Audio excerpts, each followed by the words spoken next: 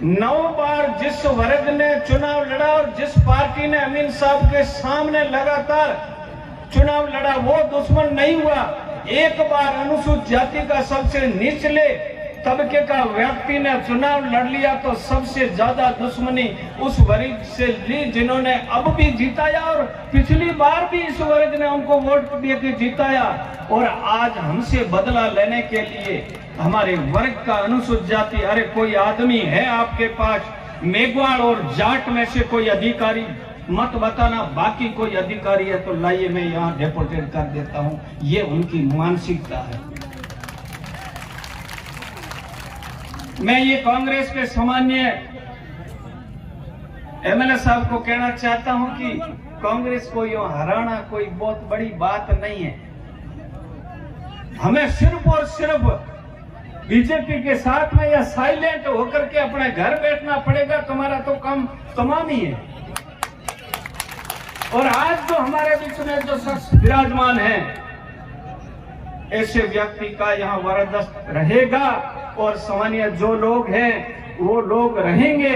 हमारे ऊपर आशीर्वाद तो निश्चित रूप से इनकी दुकानें बंद होनी है, शटर लगने वाली है। ये मैं दावे के साथ में कहना चाहता हूँ।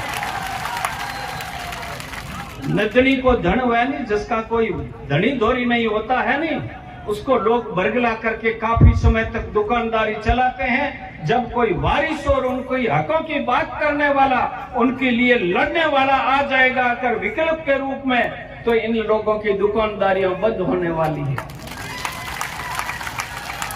इस राजस्थान में कितनी भेदभाव होता है अनुसूचित जाति, जनजाति और अल्पसंख्यकों के साथ में। मैं निंदा करता हूं उदयपुर के कन्या हत्याकांड की, लेकिन निंदा उस बात की भी करता हूं जब जितेंद्र मेघवाल की हत्या की गई खाली मूंछ रखने पर। जब उसके परिवार ने न्याय मांगा तो अनुसूचित जाति और जनजाति अत्याचार अधिनियम के तहत जो 8 लाख रुपए मिलते हैं हत्या पर, वो ही उनको सहायता दी गई। और कन्हैया के परिवार को अगर 2 नौकरी और 50 लाख दिए जाते हैं, हम उसका स्वागत करते हैं, लेकिन हक तो उसका भी बनता है जो जितेंद्र के परिवार का भी बनता है, जिसको मूंछ पे मारा गया। मटकी को छूने के उपरांत उस इंद्र की हत्या की जाती है। और इंद्र के परिवार वाले जब भी न्याय मांगते हैं तो मैं उस जगह था जिस समय उसकी डेड बॉडी उस पड़ी थी आंगन में, और पुलिस ने उसके परिजनों को उसका अंतिम संस्कार ढंग से नई रीति से करने दिया और लाठी चला करके सब लोगों को भगा दिया।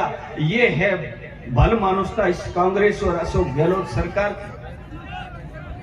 और जब दूसरे वर्गों की हत्या होती है तो उनके साथ दोहरा जो ये चरित्र है, ये कतई ये वर्ग सहन नहीं करेगा।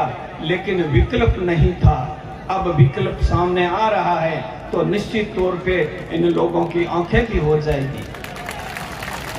मेरा जीवन में एक सामान्य परिवार से ही नहीं, मेरे घर पे मेरे फादर की तस्वीर नहीं है ओबीसी से।